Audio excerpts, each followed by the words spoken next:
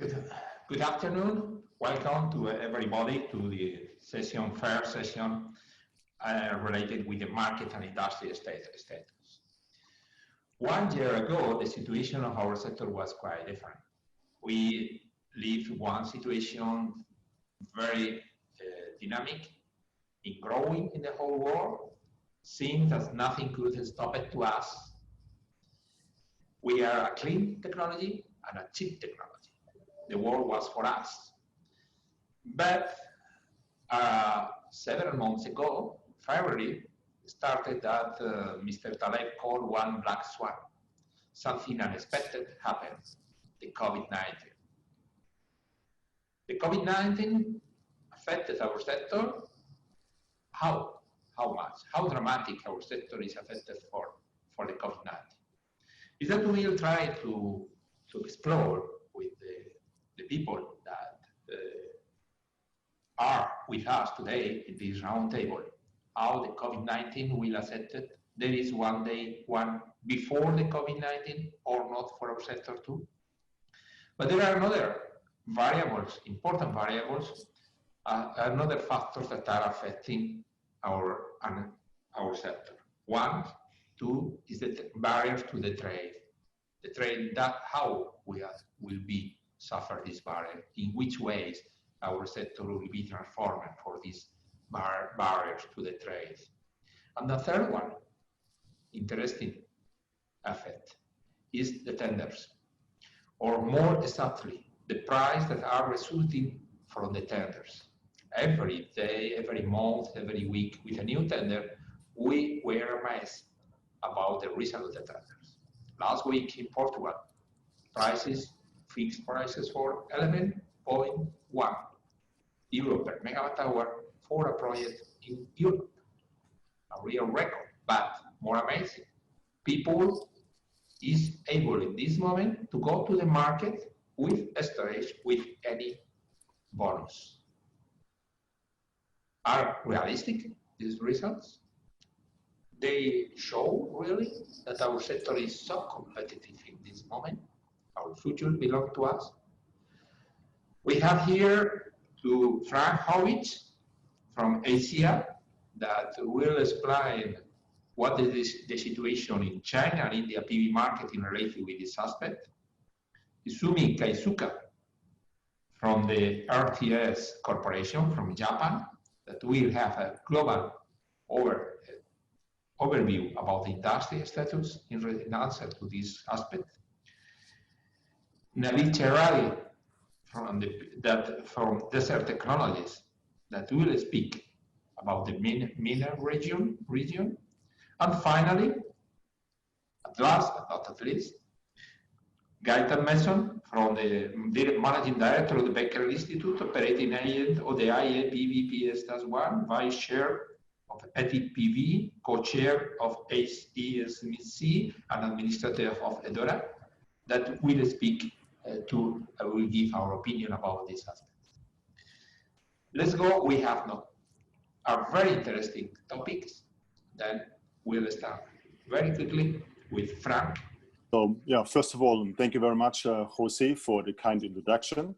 And as well, thank you to the organizer of the Solar Industry Forum for giving me the opportunity to share my view about the PV market development in India and in China here today in the course of the Solar Industry Forum, talking about PV market and industry status. Before I'm going into my presentation, just allow me to say a few more words about myself. I have been based in Beijing since 2002, ever since involved with solar PV. For the last 10 years, I have been Intersolar's Global Head of Conference Development, roaming the world, and I have been co-founder of the Asian PV Industry Association based in Singapore. I occasionally team up with the colleagues from APRICOM, a clean tech advisory group based in Berlin, Germany. And last but not least, I'm a founding member of the PV Market Alliance. Well, enough about myself. To start my presentation, well, if you look at last year's at the top 10 annual markets, 6 of them were in Asia, and about 2 I will take a deeper dive. This will be India and China. Well, if you look at the LCOE of fixed access solar PV measured in terms of US dollars per megawatt hours. Again, here we have India and China have the second and the fourth lowest LCOE out of in total 70 countries here being seen on this slide.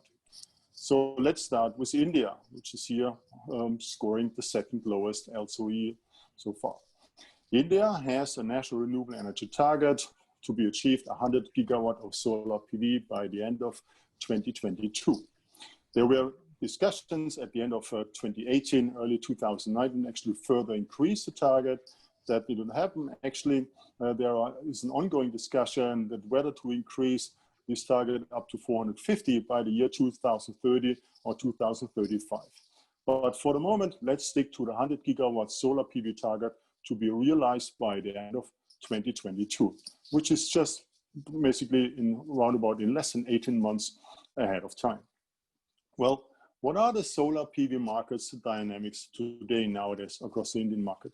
I just mentioned the national solar PV target, 100 gigawatt. Well, but the end of June this year, India was home to around about 38 gigawatt. So in the remaining time until 2022 to achieve the 100 gigawatt, I guess it's fair to say will rather unrealistic. Yeah. But nevertheless, the Indian market has been dynamic and is actually considered to be the most competitive global solar PV market over the past years. If you look at the levelized solar action tariffs, between 2016 and this year, India always scored lowest. Yeah. The Indian market has achieved a 33% compounded annual growth rate of more than 30% over the last 4 years. Yeah. And its LCOE between 2014 and 2019 decreased by 80%. And India is as well the leader in terms of how much renewable energy tenders or where auctions are over the past years amounted around about close to 90 gigawatt, which in this case as well includes wind. Well, I would like to shed a little bit more light on the rooftop potential across the Indian market. India are home to 28 states. Here, just to highlight how many gigawatts can be potentially accommodated or installed across the rooftops, various states across India. And this is a fairly competitive market because if you see here, the on-grid tariffs and the industrial grid tariffs and in combination with the levelized cost of energy, well, here at least 10 out of 28 states,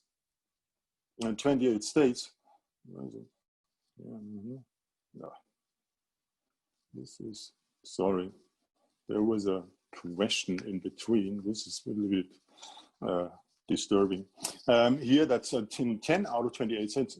The commercial rooftop is fairly competitive. That means the end users will have cheaper power compared to the grid-connected retail tariff.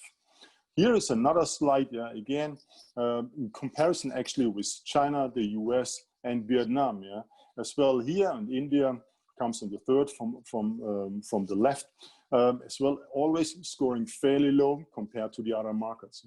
So this is basically in combination with the offered PPA prices for projects announced last year.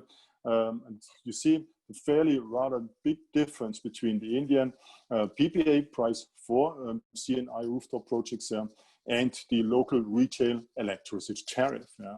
There's certainly money to be made. Well, if you summarize past year's development of the Indian solar sector as a whole, we had a couple of positive developments. First of all, falling capital costs, the PPA frameworks were improved. Yeah. Curtailment, initially, for instance, down in Tamil Nadu, it was not clear, I mean, from the regulatory perspective, whether the curtailed amount of kilowatt hours were actually had to be paid by the offtake or not. Yeah. That has been solved. Yeah. As well, given the on-the-ground dynamics, land acquisition in India can be fairly cumbersome, because you have to deal with multiple stakeholders in order to secure a sufficient the plot of land required for your ground-mounted systems in particular. However, not everything was positive. A couple of negative developments as well. Yeah, in particular, the DISCOMs are known for that they notoriously delay payments to the developers. On last year, in one of the states, the state governor, he proposed to renegotiate already signed PPA contracts, which caused quite a kind of confusion among the industry. Still, land acquisition and transmission, there are constraints. So that means curtailment is still an issue in a couple of countries, a couple of states, which is normal given the increasing penetration of renewable energies in the energy mix or in the grid. And then, of course, a couple of tender cancellations, undersubscription or post-auction negotiations, all this created that basically India is now enjoying a kind of increased deteriorated risk perception along the entire value chain, from project development, financing, construction, on operations. India, which is known to import around about 80% of its modules, which it's installing for its project from China. Of course, we all know that over the last couple of years, PV modules continue to fall. And that actually basically could have stimulated more demand on the ground. However, for instance, other costs at the same time increased. For instance, the introduction of the goods and service tax, which was a little bit more rather hasty and caused, in particular in the beginning, a lot of confusion among the industry stakeholders. Then money-wise, interest rates are still relatively high. I was told during my time when I traveled to India over the last 10 years, 15% is, or 12 to 15% is considered cheap, but often the average is some 20, 25% even, Then the rupee depreciation, the Indian economy did not always fare so well. And of course, like in any other market as well, if there's demand for land, cost goes up. Well, and then came, as Jose mentioned earlier, and then came the COVID-19 since earlier this year. And the impact on the Indian power mix was basically, and we learned this from other markets as well, that renewables turned to be out the most resilient compared to other energy sources. And here in this case, in India, the share of non-fossil or of renewables reached an all-time high. It was close to 30%. And the good part is that actually the grid operators learned how to accommodate, how to deal with this increasing share or increased penetration of renewable energies in the mix. Well, looking at the Indian government, of course, in light of the COVID-19, they came up with a couple of policy measures designed to mitigate the impact. Looking in, first of all, they decided that renewable energies are providing an essential service, so they could operate without interruption. So curtailment was not an issue, and the developers could be paid on time. The government as well allowed, like in other markets as well, to extend deadlines for projects which were under construction, and in order to demonstrate some kind of bullishment or commitment to the market. The MENA, the Ministry for New and Renewable Energy, they released a couple of tenders, amounting to more than 5 gigawatts. Of course, debt service payments, was considered flexible, and the government somehow supported the cash stop utilities financially. So what might be the impact on in particular, the rooftop market in India, which was supposed to be really take off this year, in particular the residential segment, which so far is rather small, because the government, depending on the state, we're offering support, and in particular capital subsidies between 20 and 40%. Now, in light of the COVID-19 situation, many companies or as well private households short of cash, reluctant to invest in something which they don't know how their own financial situation, whether it will improve anytime soon or not. So that's why nowadays they rather prefer not to buying or not to investing in their own system, but rather to, if they go forward, they prefer the PPA-based models or an OPEX model. So overall, the market, the rooftop market itself is estimated to decrease between 15 and 20% year on year. I mentioned earlier that the India imports around about 80% of its motors and inverters from China. And Jose, in this introduction, he indicated briefly that there are trade issues.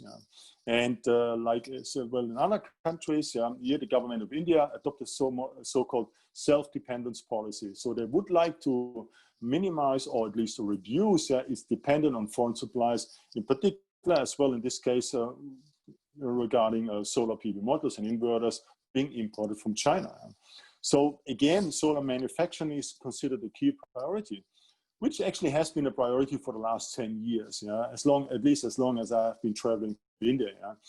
And honestly, and no offense to my Indian colleagues and the Indian audience, which might be listening here to our webinar here today, so far, not much has been achieved if I compare it to what has been built up in terms of the upstream sector in China.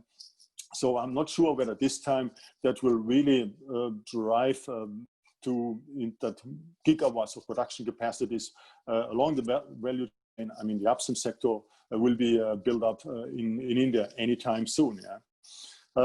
The government of India announced in June that it is considering to add something between a 20 to 25% high custom duty, and should be increased up to 40 years within less than 1 year.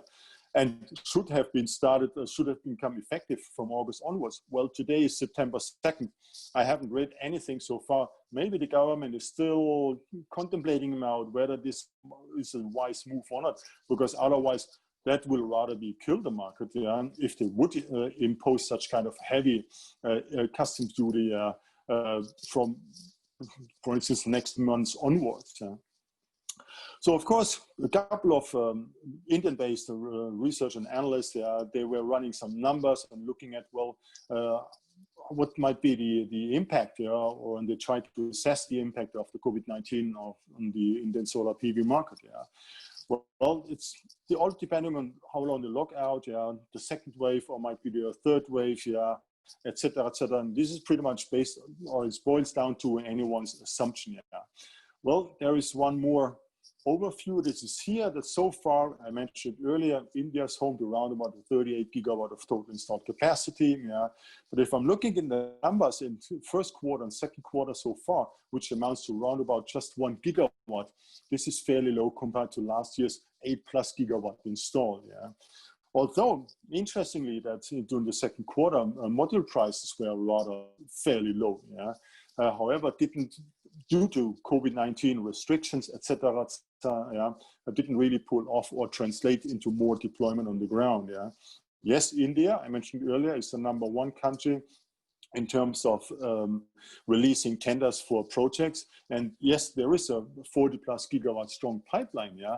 But what does it actually mean, and how much could be installed until the end of this year? And the current forecast looks something at 4, 5.5, maybe maximum 6 gigawatt, which will be the lowest capacity compared to the last 3 years. Well, there's the overall impact. I mean, there's the COVID-19 on the renewable and solar PV sector in India. I mean, you have short-term, medium, and long-term impacts. The short-term I just elaborated about. Midterm could be, well, that, for instance, there might be a reduced appetite of lenders, because short money might be, or financing might be short. Then this kind of push for local manufacturing, does it mean, as I just explained, to impose heavy custom duties or not? Then, of course, well, if there is a sustained lower economic activity, that means it requires less power. So that means less power generation capacities might be needed.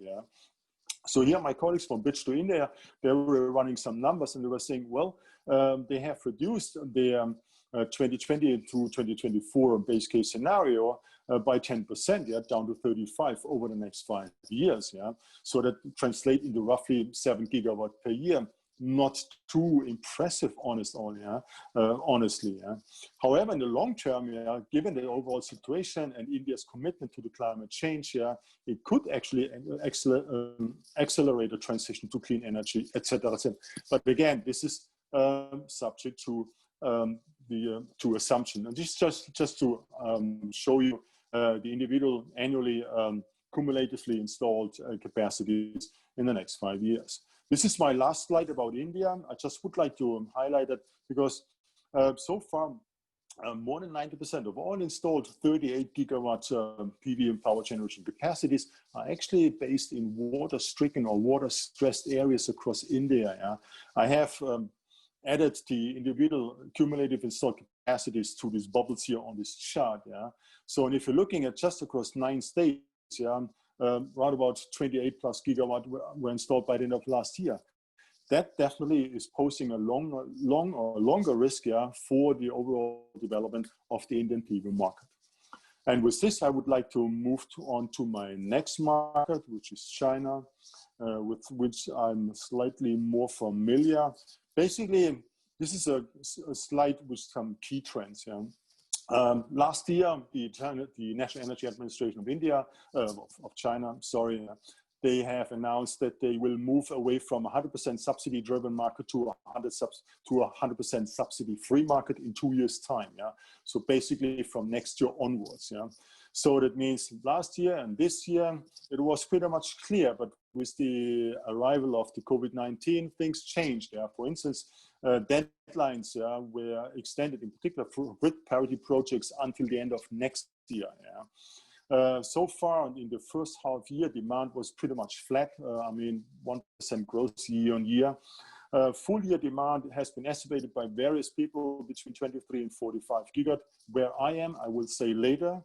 Interestingly, at the same time, with the annual installations of the first half were rather flat year on year. But if you look in the upstream, yeah, and I will go more into detail, yeah, increased in the double-digit range in the first 6 months. Yeah, as well, the upstream production capacity expansion plans were just amazing. Yeah?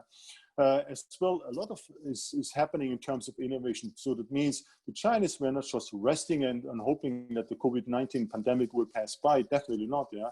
So they're using their time and invested a great deal into innovation in particular. And last but not least, later on, I will will say a little bit more about the 14th 5-year plan, which will start next year. This is just an overview how the PV market and wind and water developed was over the last 8 years. Yeah.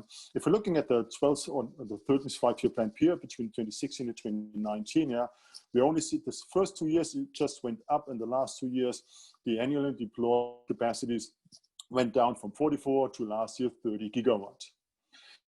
And that was all driven by a feed-in tariff scheme. This slide next year will be history because, as I mentioned earlier, from next year onwards, the Chinese government will no longer offer any form of financial incentives or subsidies concerning the deployment of solar PV. Yeah. Interesting so far, despite all these investments and deployments, yeah, at the end of the day, someone has to pay for the FITs. Yeah. And well, as of today, the outstanding FIT payments amount to around about 300 billion RMB, which translates something between 35 and 40 billion euro. Yeah. This is not a small number. But today is the last year of the ongoing 13th 5-year plan, and next year will be the 14th 5-year plan.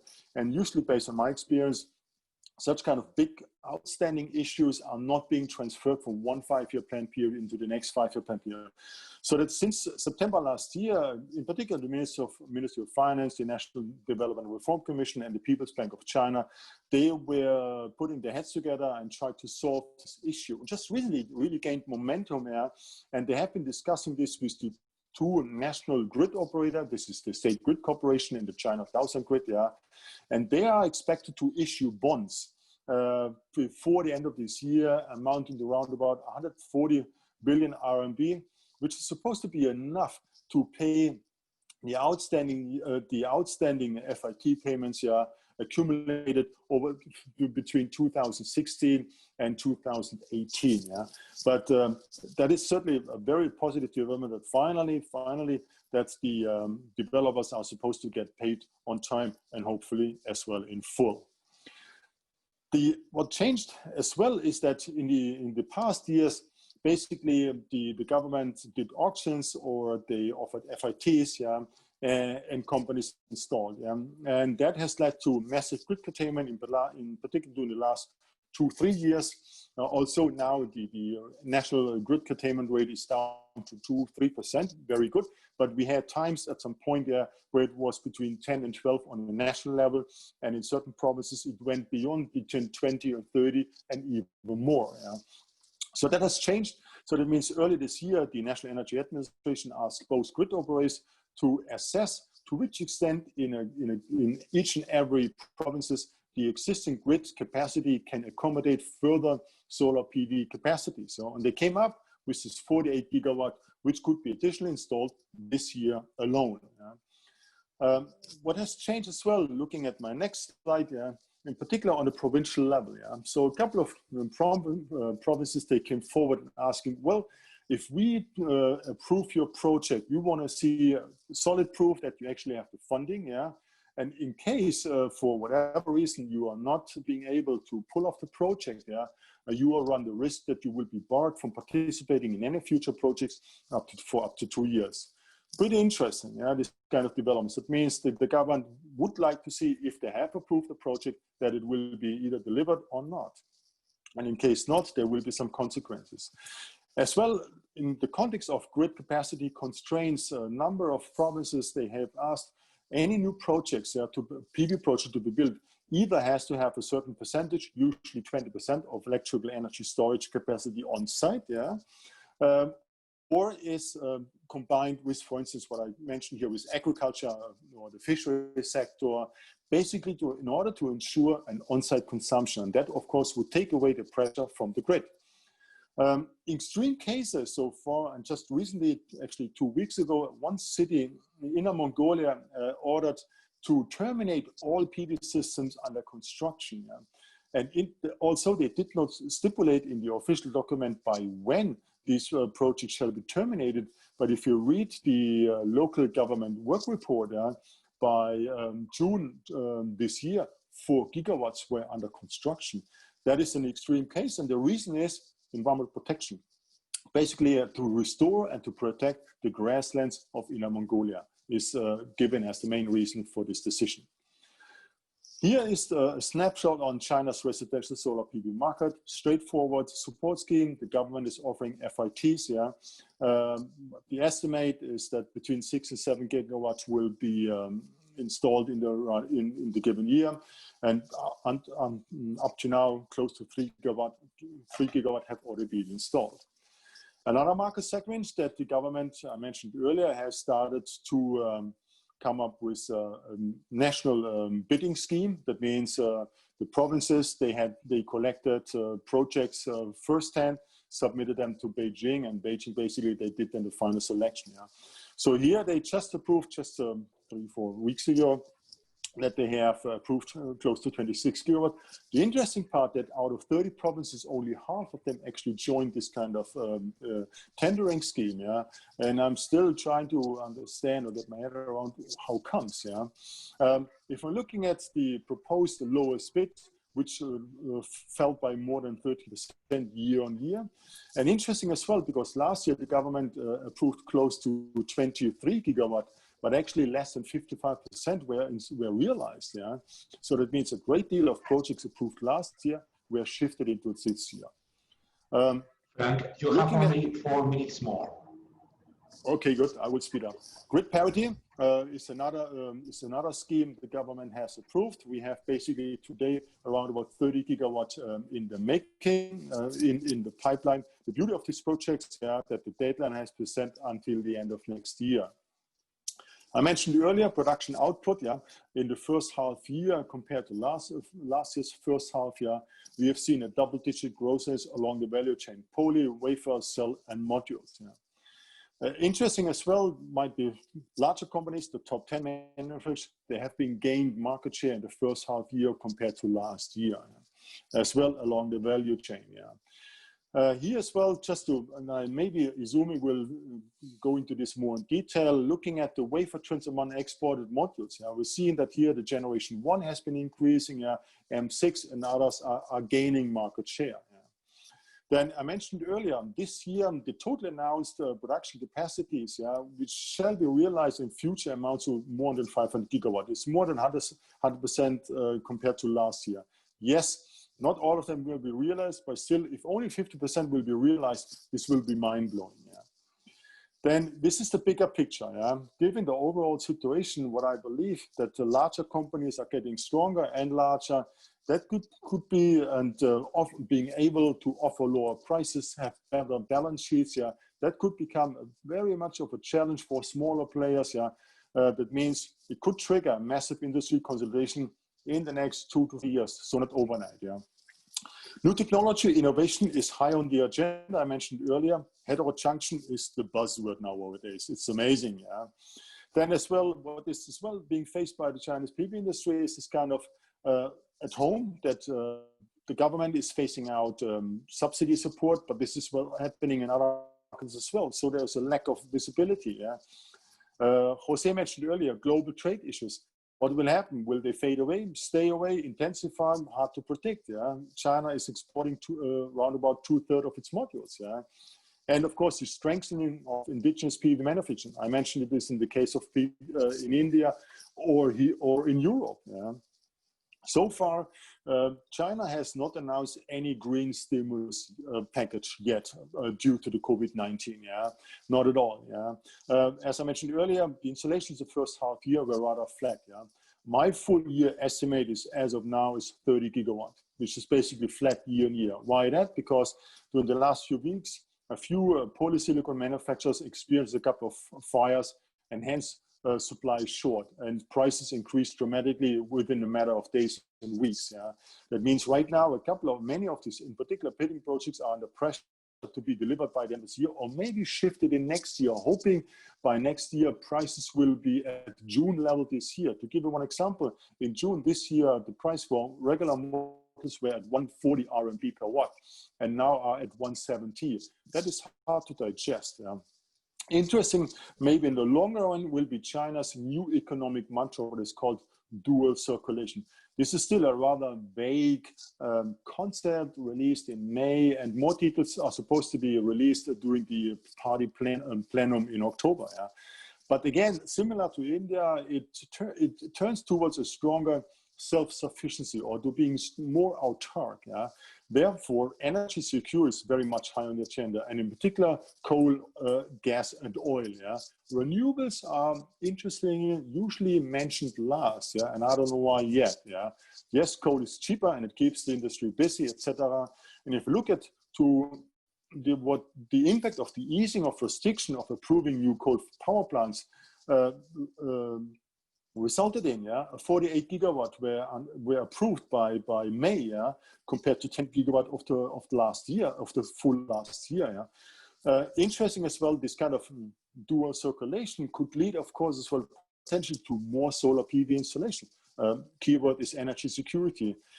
Just a week, 10 days ago, the Ministry of Transportation has outlined a guiding opinion concerning its new and digital transportation plan until the year 2035. That means all roads, railways, waterways, ports, airports, etc., the postal system network, everything is supposed to be, it is explicitly mentioned that whenever possible, solar PV shall be deployed. And that, of course, will drive demand into the gigawatts range. Yeah. Well, sorry, apologize, Frank. Yes, but okay, your time is over. Izumi is waiting. Only a very, very, very quick answer to a question of the people. Okay. Why in the red zone showed on China's map of PV zones, no installation is allowed? Sorry? You have a question. Mm-hmm. Why in the red zone shows on China's map of PV zones, no installation are allowed? Oh, grid capacity constraints. Yeah, I mean, grid curtailment in these red zones are still beyond 10%. Yeah, okay. And that's why the government has imposed a kind of moratorium. Yeah, so they come up on an annual basis with this kind of green, orange, red. And red means no new PV power plants and wind installations will be approved and allowed. Yeah. That's okay, fine. Thank you very much, Frank. Really very interesting presentation. I imagine for everybody that here was for me. Then we have another not less, will... we expected not less interesting presentation with Izumi about the industry status. Izumi? Yes. Okay, now Okay. yes, it's okay. Okay. So I'd like to start my presentation. Actually, I made the same title of the presentation in May in one of the Solar United webinars. But today, I gave some of the update and give the COVID-19 impacts on Japanese PV market upon the request from the organizer. My company, RTS Corporation, founded in 1983. Some of the slides based on the IEA PVPS trends report to be published in this autumn, but I mixed my company's own study, so I'd like to let you know about my company. We are doing the almost all the segment of the study of the PV and help the PV companies, especially for overseas companies. We help the go to Japanese market service. And here's my contents. First, I'd like to give the highlights of the PV industry trends from trends report, but I'd like to more focus on the updated contents. The first half this year, we identified the module shipment ranking, and also now the 500 plus what PV modules are coming into the market, or many companies announced the plan for the new products. So I give more details of these high performance PV modules.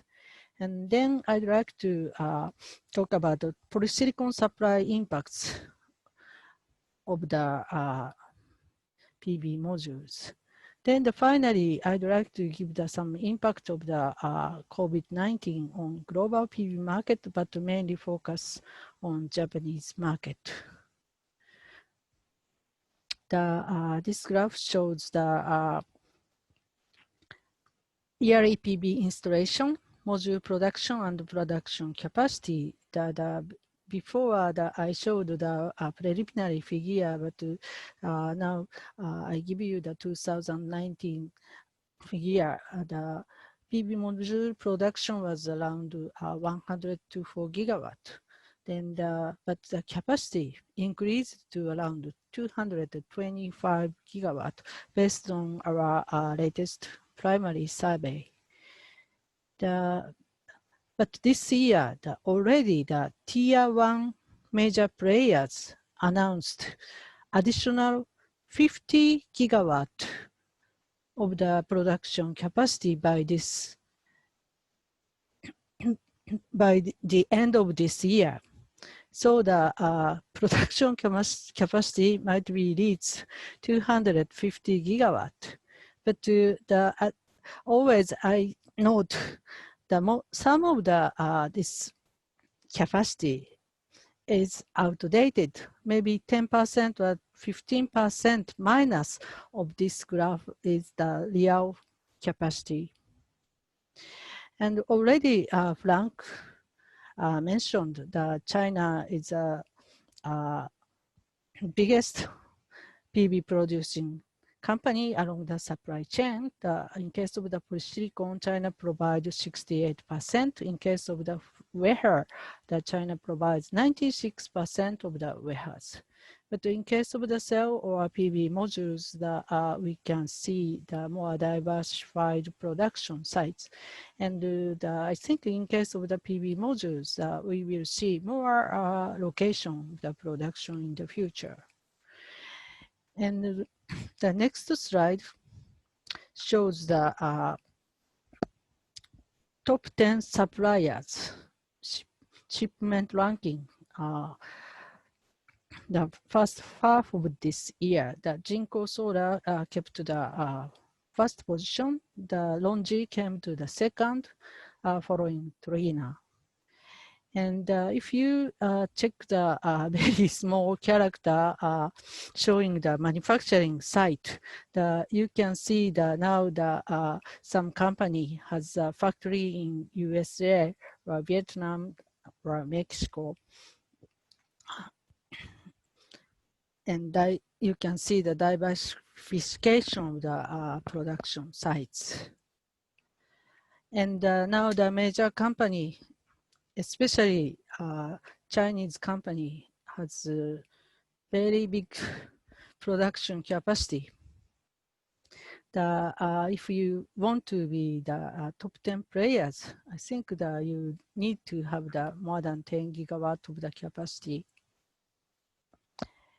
And now I'd like to talk more on the high performance PV modules. The 2019, for the first time, the share of the single crystalline silicon surpassed the multicrystalline silicon.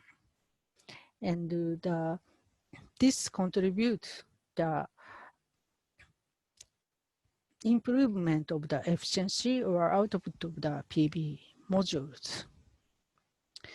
I always show this chart, but especially now the larger wafer, new generation of the large size wafer contribute to the higher output. And we have the several cell structures like PARC or PART or heterojunction, but now PARC is kind of the standard solar cell structure. And also there are different types of the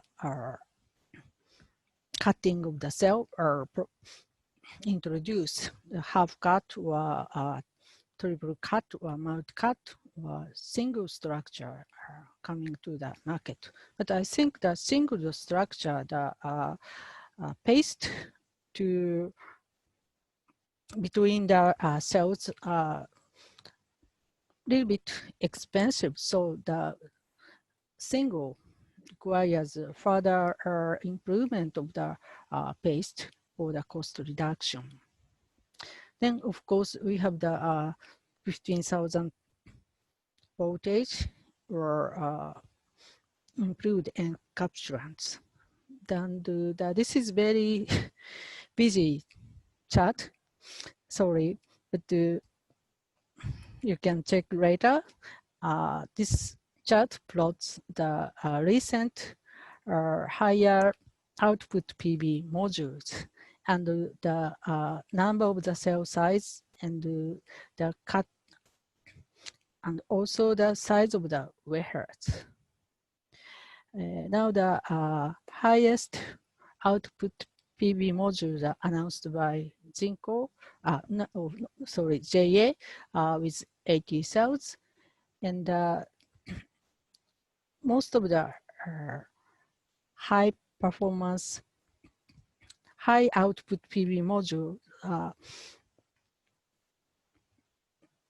adapting PARC structure. And in August, in SNEC, many new products showed. And I think if among these PV modules, some of the PV modules are just under preparation or under development. And we have some issues about the large-sized, higher output modules. The size of the different from the current standard one. So the logistics is kind of the issue, and also the how to handle the those large-sized modules. We have to wait the opinion from the EPCs, I guess. And so it may take some time. These PV modules will be the mainstream products. Now I'd like to move to the impact of the polysilicon price. Because of the accidents occurred in China, we saw the price hike of the polysilicon.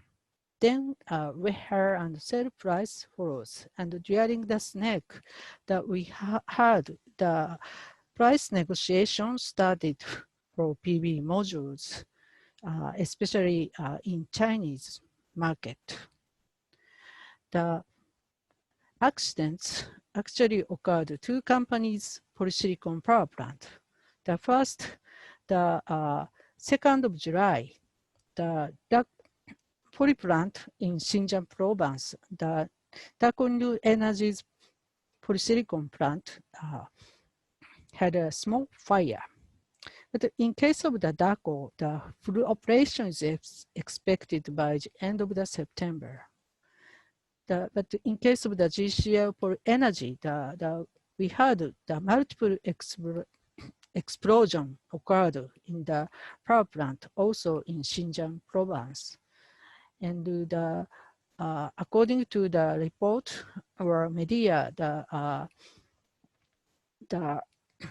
recovering the operation ratio, it takes more than 1 year. So because of these 2 accidents, about 10% of the manufacturing capacity are affected by this accident. And because of these explosion, the other polysilicon plants in Xinjiang are also under inspection. And also because of the 2nd of the COVID-19 in Xinjiang province, the production ratio is very low at now.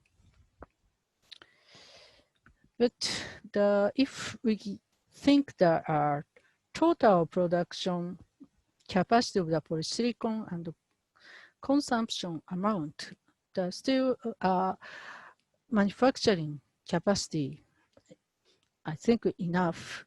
So those accidents may cause the temporal increase of the PV modules, but the situation will be stabilized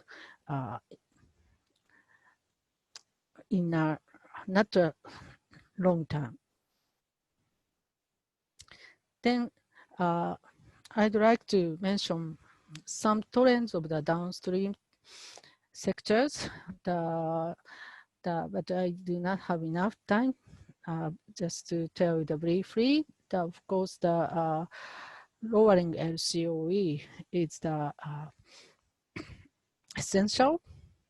The biddings became very competitive, and because of the reduction of the LCOE, the bifacial PV and trackers are adapted, and the BOS cost reduction are demanded from EPCs. So the inverter, tracker, or support structures suppliers are making efforts to driving down the cost. And in the support structures, some developers now introduced prefabricated or automized installation of the structures. And also it's very difficult to mitigate the risk of the component failures. And cost-efficient operation and maintenance is required.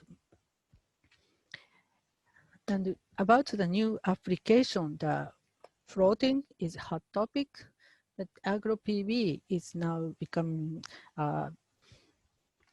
active in certain countries like South Korea or Japan, or I think in Europe as well, and as well as China and India. And the repairing and the revamping market is starting, but the market is limited to the very specific countries.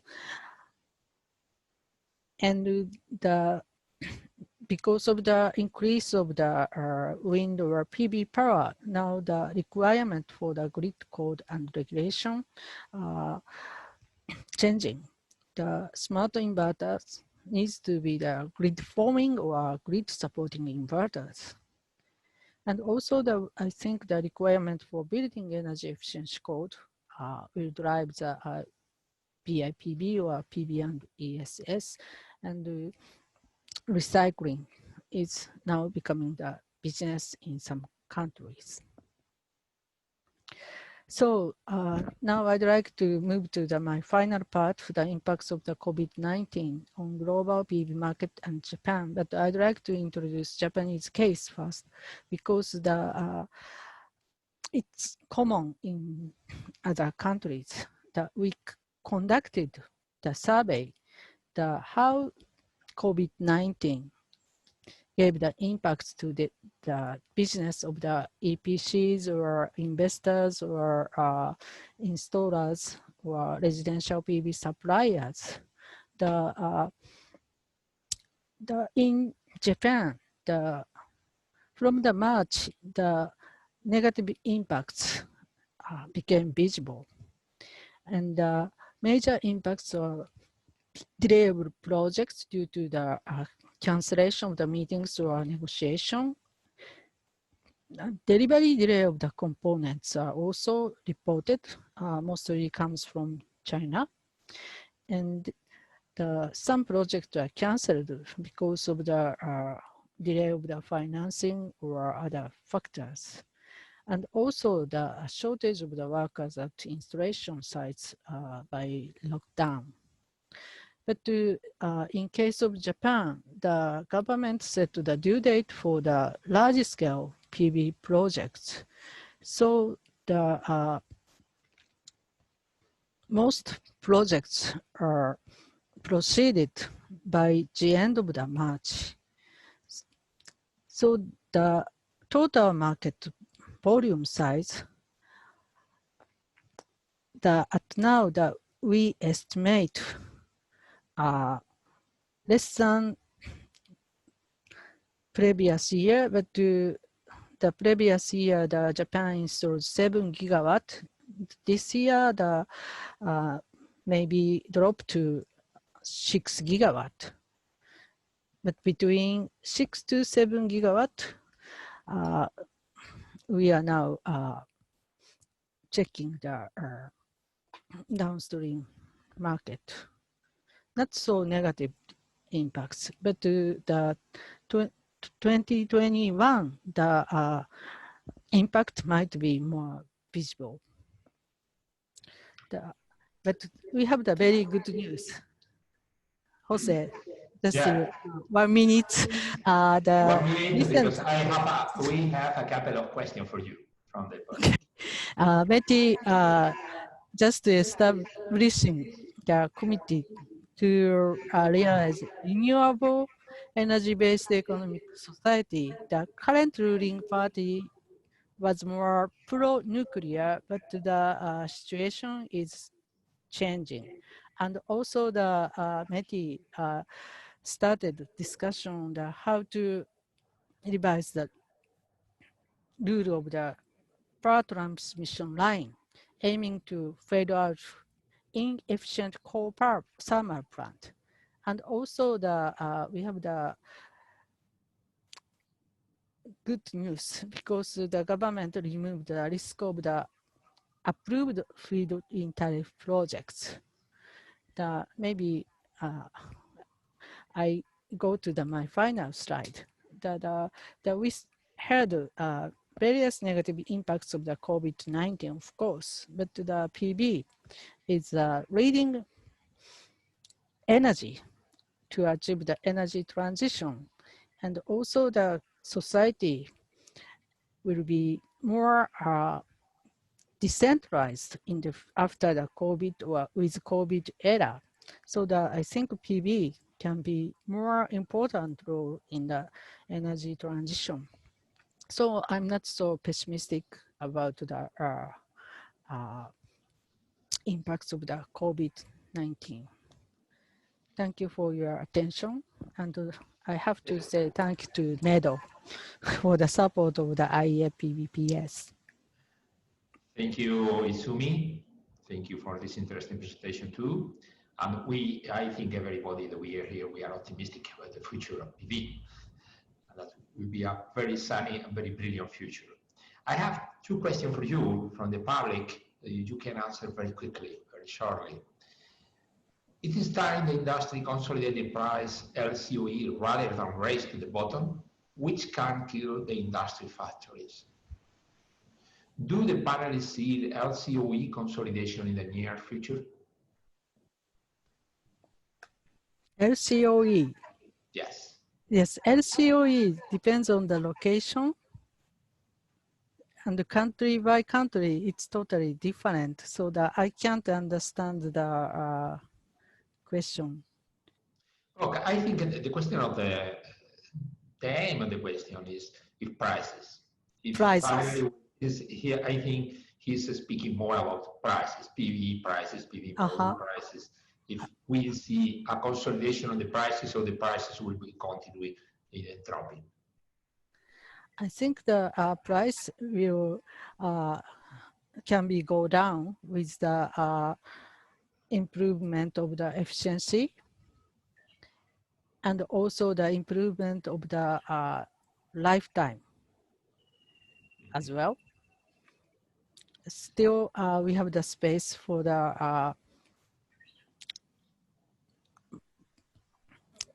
price down, and also consolidation will contribute to the price down because the economy of the scale is important in manufacturing.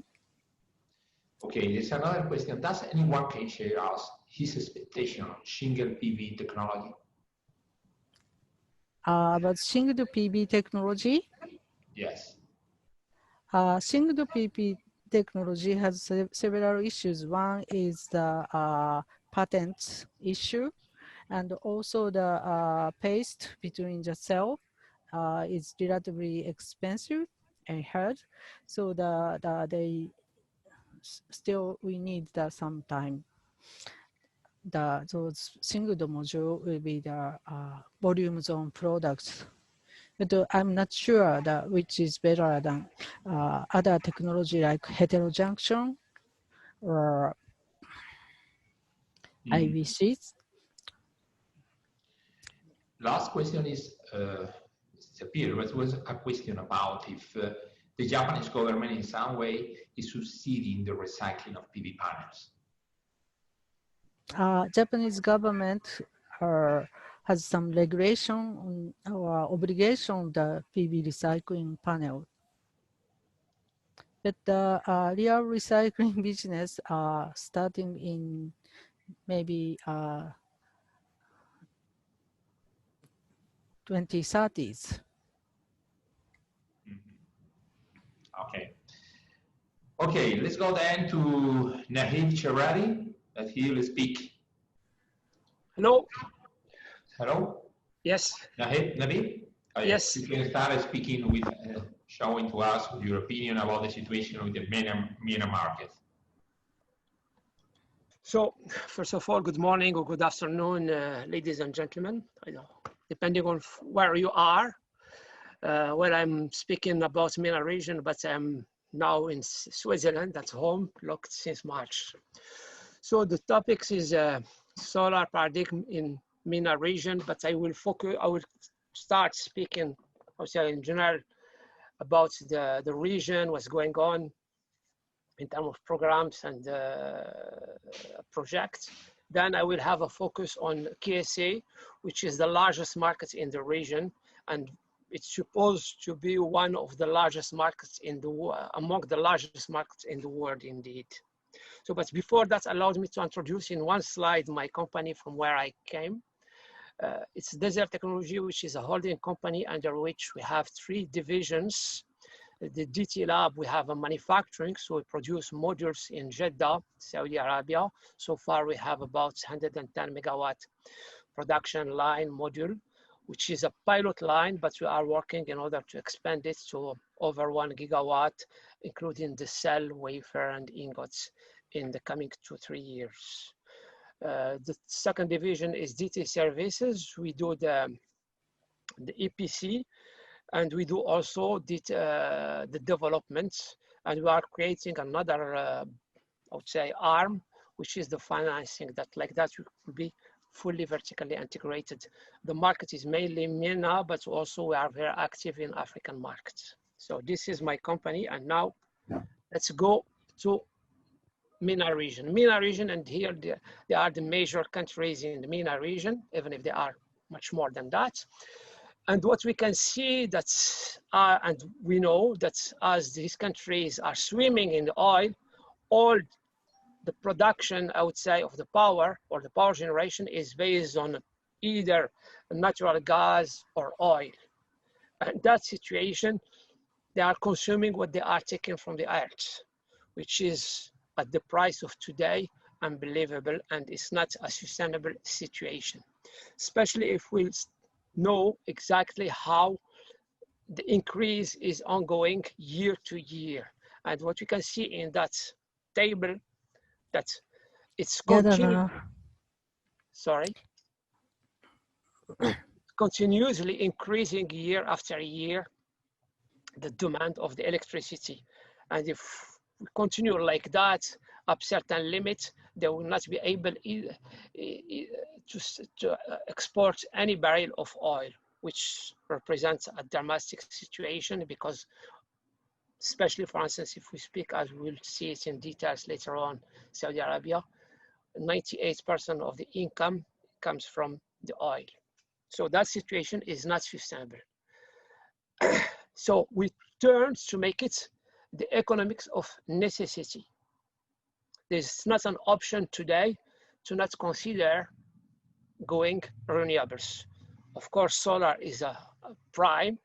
The region is blessed with a lot of sun, I would say, but they do have also wind and other form of renewables.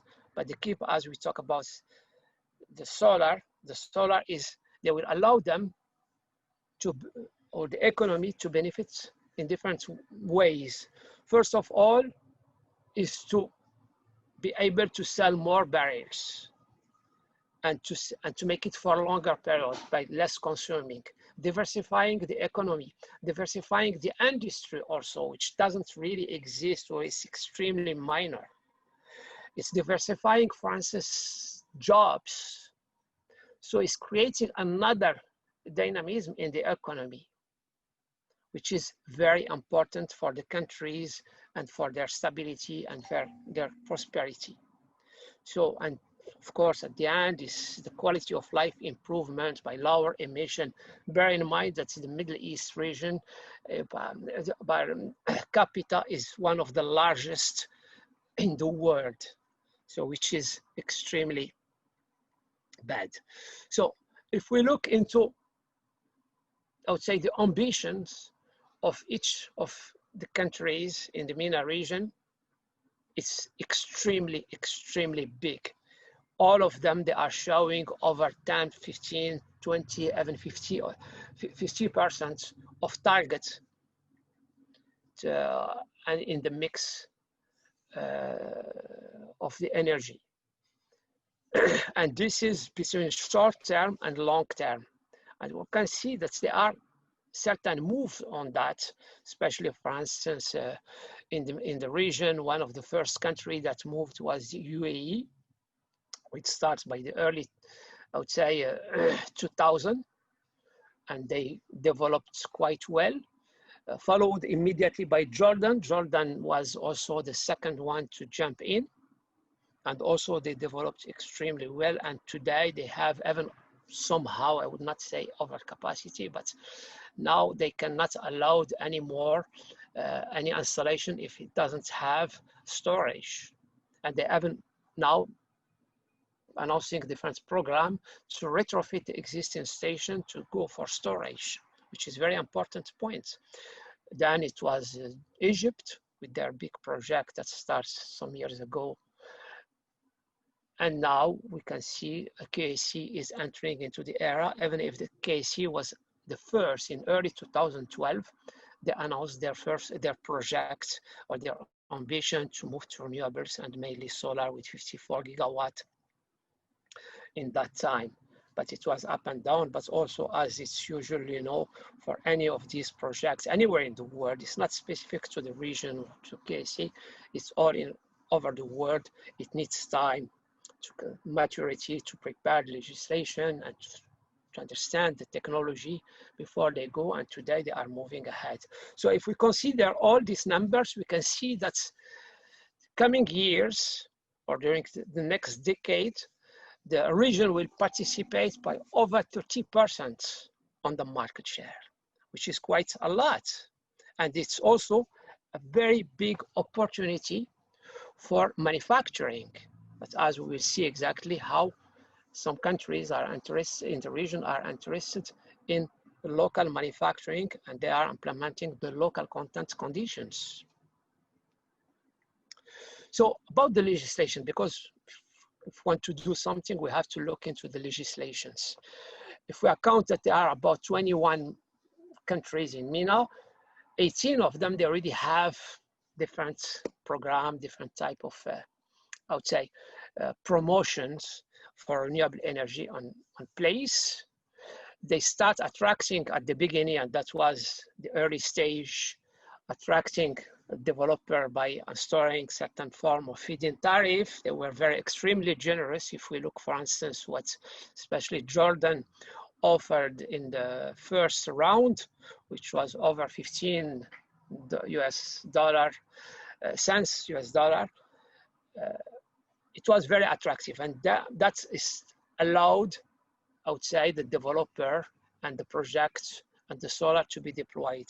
But since now 3-4 years, the situation changed, and now all the projects are auction based, and that's auction based also, and in the race of the price, cheaper, the region also registered the lowest auction for world record, I would say. In terms of the help and also financing, most of the projects they can benefit from public competitive bidding, and they can also benefit from a public finance as a kind of subsidies, which is quite interesting. So somehow a cheap money that's allowed also, and can explain how the cost is competitive there. So they are here, this is a list from MECIA, which shows some of the projects that they have been either announced, pre-qualified, that there are different stages. Some of them, they are already finished. They are finished, but if we see that we have over 11 gigawatt projects, which is quite interesting for the region that starts. Here there are also some mix, because like for Morocco is mainly CSP, but they do have also since now 2 years PV projects. But all in one, it shows that the solar projects are ongoing, and it's pretty fast somehow. As I mentioned, it's a real fierce competition in the region, and of course that's this is allowed by different reasons, as I mentioned it. Cheap finance. The finance today represents one of the key points in the success of the projects of the ER, I would say, in the competitiveness. Rather, beside the module cost, the efficiency, and all these things, is in the LCOE, the finance represents a big portion of it.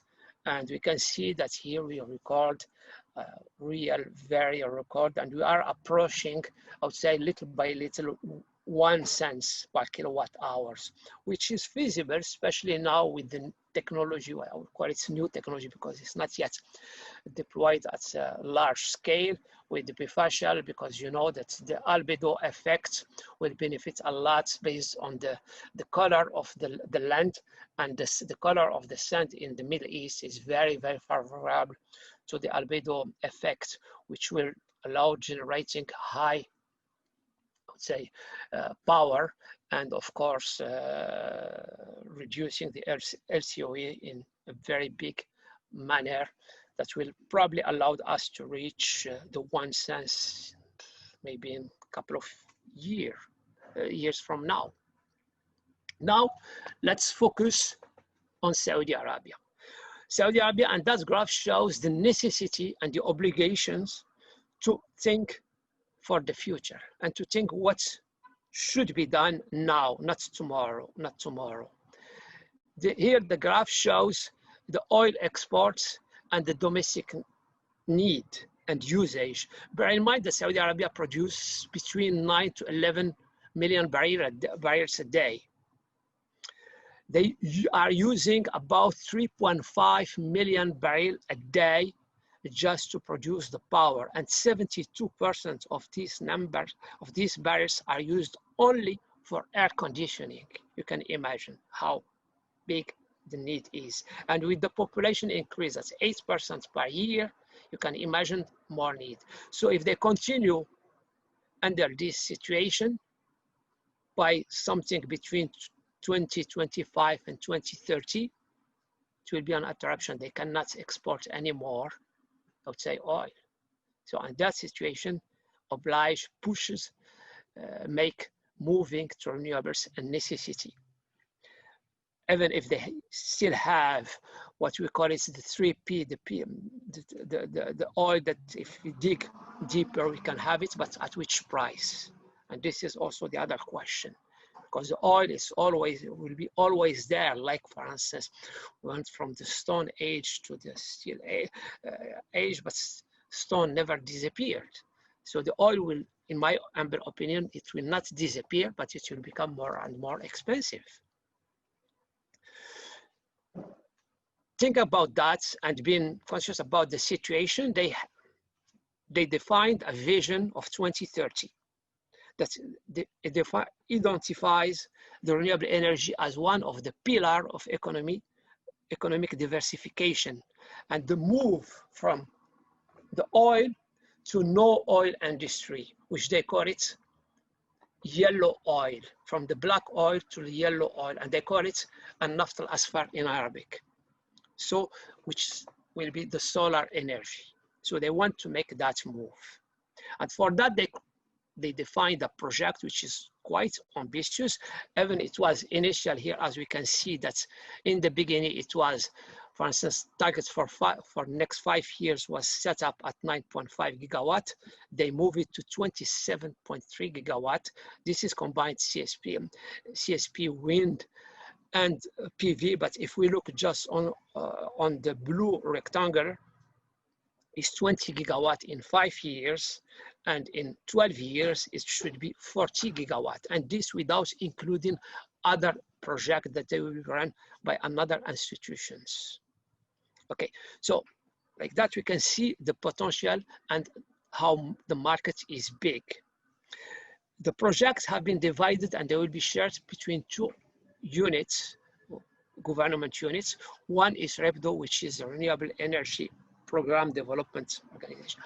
And they will be dealing with 30% of that capacity. And the remaining 70% will be handled by the PIF, which is the PIF, which is the Public Investment Fund.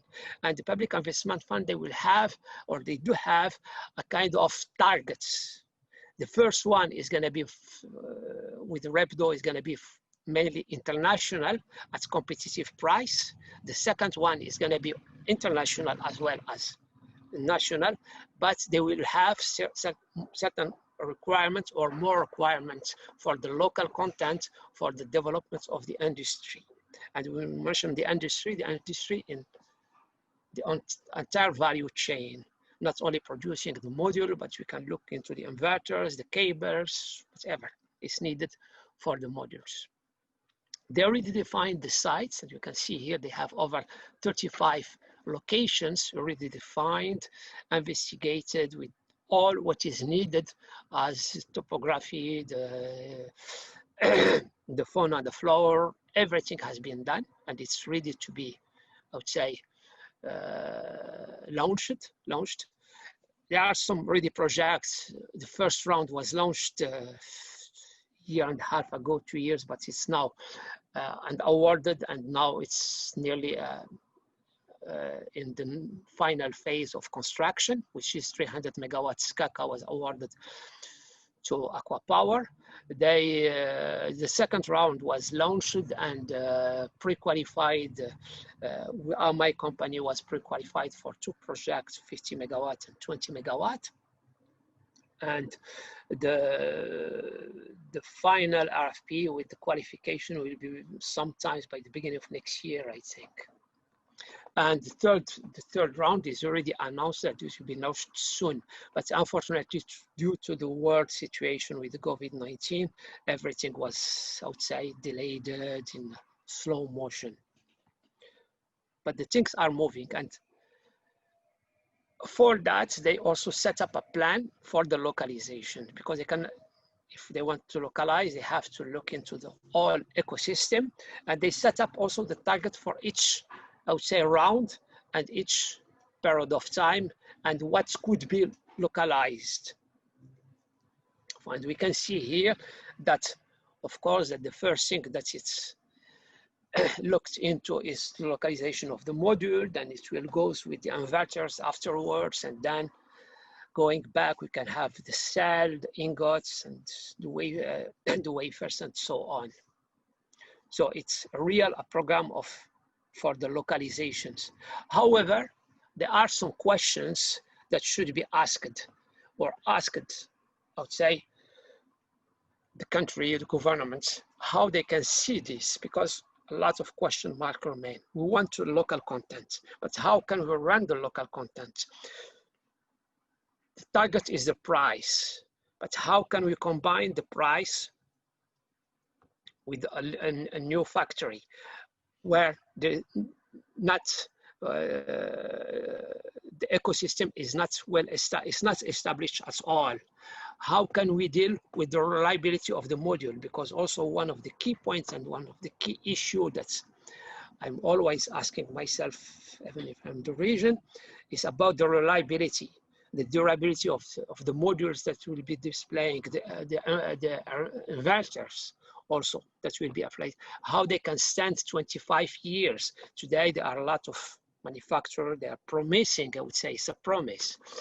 The reality is far away, no one can prove it. They can stand 30 years under the high sun, the sandstorm, environment, very rough and hot and arid environments. So all these things has to be really addressed from the start, And to make all these things ongoing, is the key point is the visibility of the project, and this is what is almost needed. So for that, there are, I would say, a combination of 4 points, I would say. The political one that which must be established, and it's essential. We need Nabih, you have only 1 minute more. And then I almost done. So we need high degree of integration. We need to encourage the local industry to use, not only to produce, but to use, let's say, the renewables through different programs. CNI is very important, and to try to make it more public. So the challenges are there, is the policies, for instance, that make the things developed, for instance, net metering, like program in Dubai. The grid, as it's heavily subsidized, they can phase the subsidies, and this is what has been, I would say, what started some times ago in Saudi Arabia also. The local content, we have to give the time to develop these kind of things. And the other points. So to finish, I would like to finish with these 2 quotes from the 2 leaders of the region. The first one is from His Highness, the King Abdullah bin Abdulaziz Al Saud, who says that use of alternative, sustainable and reliable resources reduces dependency on hydrocarbon resources and keep them as a source for income for a longer period of time, which is completely wise and aligned with the graph that I showed introducing Saudi Arabia. And the second one comes from Sheikh Zayed. We must not rely on oil alone as the main source of our national income. We have to diversify the source of our revenue and construct economic projects that will ensure a free, stable, and dignified life for our people. And this is really the heart of the question. And we need power. We need to diversify. We create the industry to serve our markets and to export, because the market is huge. So thank you so much. Thank you very much, Nabih. The problem is everybody wants to build up an industry. Everybody wanted to export. Maybe that is a problem for the sector. It's not possible everybody to build, as well it's not possible that everybody will export. It's only the most competitive, most competitive will survive in the industry. But we have one question for you from the public. How many and which of these countries have hydrogen plan to go with the renewable targets? How many countries have what? Hydrogen plan to go with their renewable targets. Well, what I know for sure that Saudi Arabia already announced last week in their program, in their $1.5 trillion program, investment program, hydrogen program. This is for sure. The other countries, of course, that's the Emirates spoke about that since sometimes, but I didn't see any real announcement on that. There is a need, of course. There is I would say some desire, but not yet. However, what has been announced officially at high level by the Crown Prince last week, that Saudi Arabia will move a hydrogen. Okay, thank you very much, Dr. Cherradi. Now we have Gaëtan, is there? Okay, thanks, José, for the introduction, and thanks for to the three previous speakers for setting the scene. I will try to summarize what can happen globally. I would just have a word about my company, Becquerel Institute, which is a consulting and research company based in Brussels, working mostly on PV and on all the aspects of the energy transition which are solar driven. But I will not say too much about that. I prefer to switch immediately to what's happening in the PV sector and what are the global developments. And I like to start with this figure, which shows the speed at which PV and wind installations ramped up in the last years, which can be compared to what was before the fastest developments in the energy history, which was nuclear. We're not talking about the same thing in terms of speed, and I think we are not going to talk about the same thing in the coming years. But more interesting is that even if the numbers are a bit low, in my opinion, this figure, which has been extracted from a recent report from the International Energy Agency, shows basically that PV is considered as the most promising source of electricity in the coming years. And there is almost nothing behind PV. There is onshore wind, of course, but at a lowest level, hydropower, as we know it for more than 1 century. And then all the rest, including offshore wind, is far away. And it says something. The IEA has been considered by many as one of the most conservative organizations in the last years. But finally, the IEA promotes quite heavily the fact that solar PV is going to be the main source of electricity, clean electricity developed in the coming years. Before talking about what's happening now, we should look a little bit at what were the drivers and which are still the drivers of PV development. And the most important one is indeed the fact that the cost of PV components and PV systems have decreased quite significantly in the last years, to the extent, and I will come back on that later, that PV is competitive in almost all segments in a large part of the world countries. The second thing is the pressure from regulatory schemes has helped price going down by basically the generalization of tenders, but also a certain number of other, I would say, policy schemes supporting PV development, which have pushed the LCOE down. And this will continue in the coming years. And we continue to see it with the latest announcements, for instance, in Portugal or in the Middle East. That's basically tenders indeed are pushing PV prices down very, very fast. Things which existed in the past, like fixed remuneration schemes, such as the feed-in tariffs or the feed-in premiums or the green certificate, have mostly disappeared. They have been replaced by much more competitive instruments, which are still driving the PV markets. So we can say goodbye to these old instruments. And basically, we are entering into a realm where PV is either competitive or close to competitiveness, and we see development based on that. And we see something else. It's that 10 years ago or even 5 years ago, PV was developing in a limited number of countries. Now we see, as we have seen in the previous presentations, a growing market trend in almost all regions of the world. It takes more time in Africa. It takes maybe a little bit more time in some specific places in Southeast Asia. But in almost all the rest of the world, we see a growing trend year after year for PV. More and more politicians, policymakers, regulators are understanding that PV is becoming one of the cheapest or the cheapest source of electricity. And there is also a positive perception of PV as a mainstream source of electricity, which was not the case some years ago. And COVID or not, this is still valid. So this is still going to drive the PV market in the coming years. Just as a reminder, this is a number which has been published by the IEA-PVPS program a few months ago, which established at that time that the market in 2019 reached 115 gigawatt DC. I will not do as Irina is doing, trying to propose an AC number, but 115 gigawatt is quite close to the reality. The trends report from IEA-PVPS, which will be published normally in 1 month from now, basically should confirm plus or minus this number.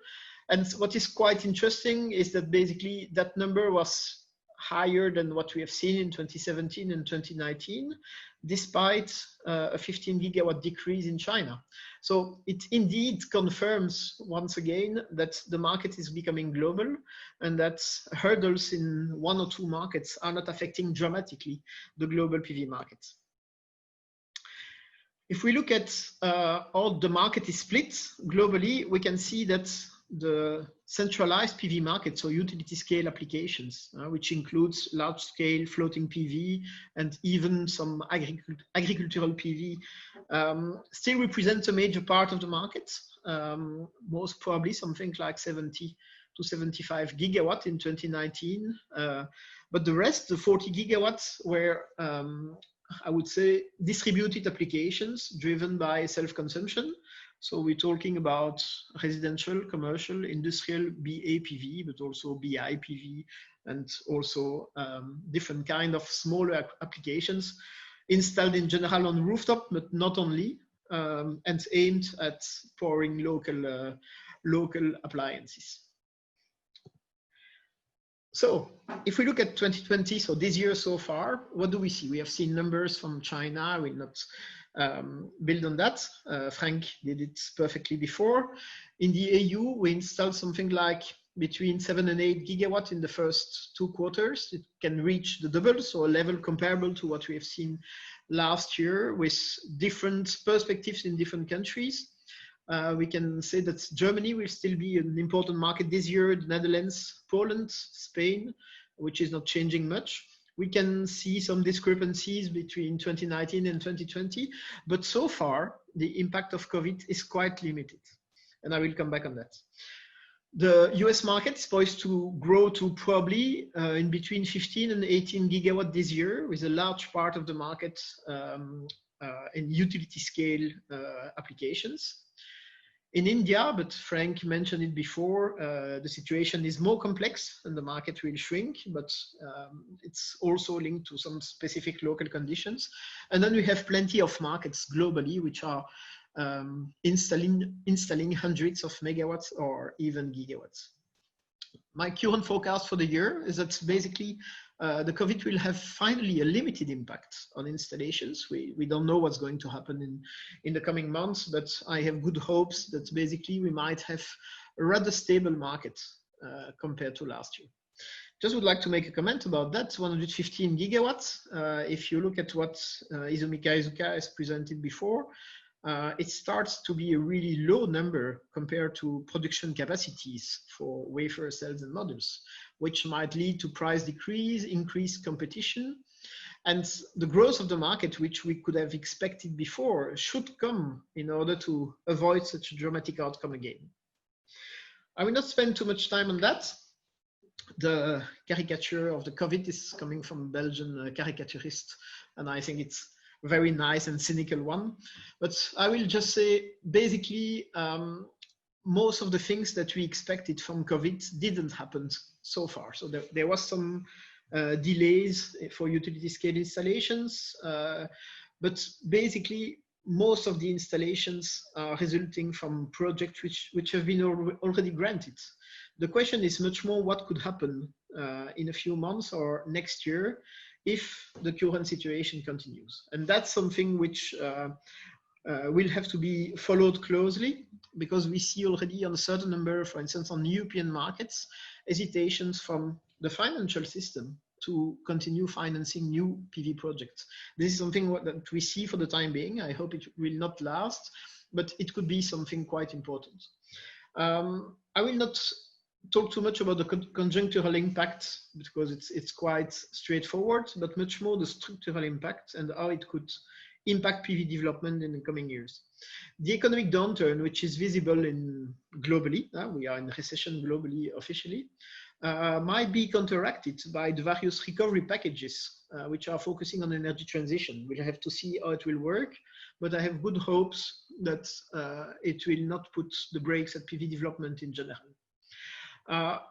Long-term travel destabilization might delay projects. That's more constraining because we need to send engineers and experts all over the world. It will not harm trade itself, but it might harm PV development to a certain extent. The question is how and how long, but I have good hopes that indeed in 2021 it will not be that visible anymore. Some people are asking me, what about low oil prices as we have seen? Of course, we are not in the negative oil prices as we have seen in March, April, but historically speaking, there is no correlation between low oil prices and PV market development. There is a significant decoupling between both. On the short term, maybe for some decisions for investment for diesel generators, it might exist, but it's still a very, very small part of the market. And then as it has been mentioned, local manufacturing, I don't expect a market impact inside, but indeed an industrial impact. I will not spend too much time on that today. José Donoso raised a quite interesting questions. What can happen if everyone wants to produce and export? But I think it's wise and sane in a global economy not to have a limited number of producers. And there are some political questions behind. Should we leave in the hands of a couple of countries the entire production? I think it's nothing against China or Korea or other producers. It's much more the fact that if PV is indeed becoming the most important source of energy in this century, manufacturing should be spread all over the world in order to create jobs and also to maintain a certain level of dependence to foreign imports as low as possible to make PV acceptable politically. So I would say PV market fundamentals hasn't changed. That's, I will repeat it, climate change hasn't stopped because of the epidemic. Electricity needs in emerging countries remain similar. We still have 2 billion people with no access to electricity. PV is also increasingly competitive. I will come back on that. And that's maybe the most complex one. Capital is available, yes, but with which interest rates? And then I would like to shift a little bit to what can happen in the coming years. Pre-COVID, I was thinking with our colleagues from PV Market Alliance, which are here, Frank Haugwitz, Izumi Kaizuka, that we could reach 250 gigawatts by 2023. a certain number of cell and module manufacturers were following up on that. And indeed, the increase of production capacities illustrates this. But what can happen now? I think you can forget about the super low scenario, but maybe we can forget about the super high scenario due to COVID. That's the big question. And then I will come back on that, and I will say, then we should discuss about competitiveness. And I like to illustrate things with this figure, which is taken from a report co-written with Iiro Vartiainen from Fortum in Finland, which is showing that already in Europe in 2018, the LCOE of PV was lower in most cases, significantly lower or a bit lower than wholesale market prices. And this says something about the incoming competitiveness of PV, and which lets me believe that basically PV is going to develop faster than what we expected. I will not enter too much into the details, but I would suggest that based on what's happening for the time being, you look at the orange scenario. And the orange scenario is the middle one, and says that basically after a stable market this year, we should experience an important growth again, but we could even see an acceleration of the market if financial conditions are acceptable. Then I just would like to say an additional word about competitiveness of PV, but before going too much in a bit more in depth, we definitively need to define what competitiveness means. It's not the same thing for prosumers, where basically we compare with retail electricity prices, minus of course a percentage of grid costs, minus some renewable energy levies, and with some options from additional revenues coming from energy communities, for instance, or peer-to-peer trading or that kind of thing. And on the other side, pure centralized PV, so producers, where the competitiveness relates to wholesale market price, which can be in this case completed with possible sales of ancillary services or significant displacement of energy produced thanks to storage. And so when we're talking about the competitiveness of PV, we should definitively distinguish between distributed and centralized PV. Which are the competitiveness elements? So the pure PV competitiveness elements are, of course, the capex, which can be now as low as 0.5 euro per watt peak, even below in some locations. We see that the average cost of capital in some cases can be below 4%.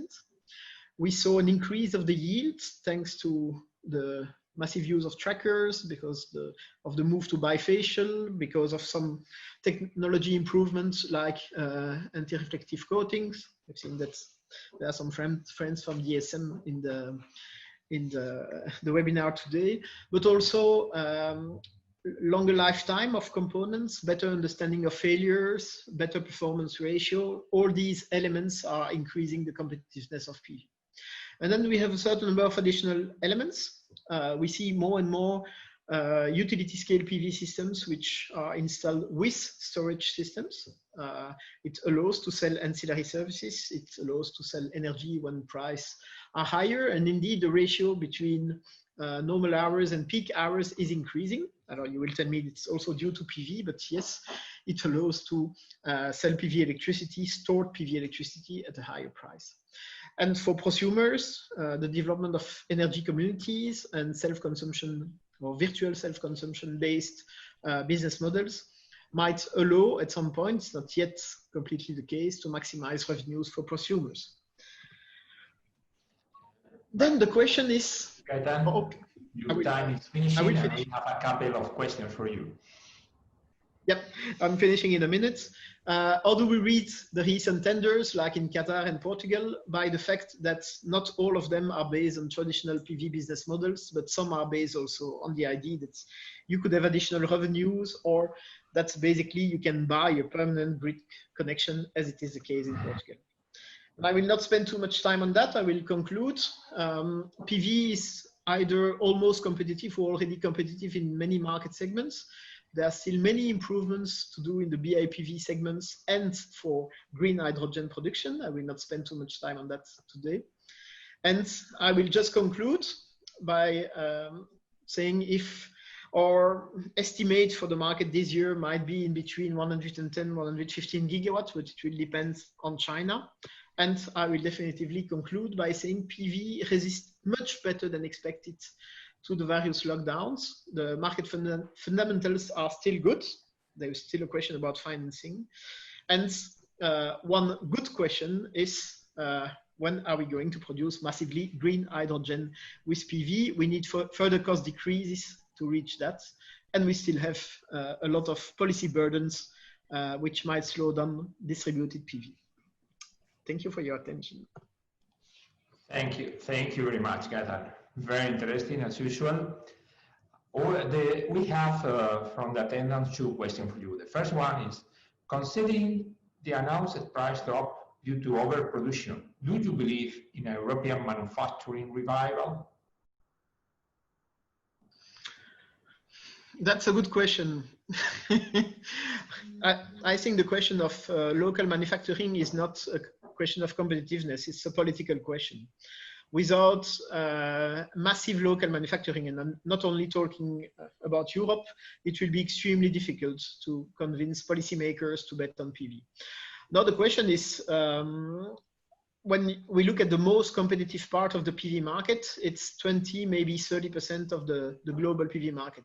But there is still a part of the PV market where costs are less important, and especially in distributed PV applications, and where a question of CO2 content, questions of quality, questions of reliability, questions of brands might be more important, which can leave some space for European manufacturers. Second question is, how about the material security when domestic manufacturing is considered in the European Union? That's a question which can be extremely long to answer. As long as we're discussing about crystalline silicon, there are not too many problems.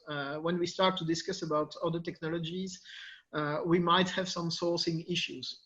I would just say one thing: European Commission is extremely careful about using massively materials which are not easily sourceable. I will just say that.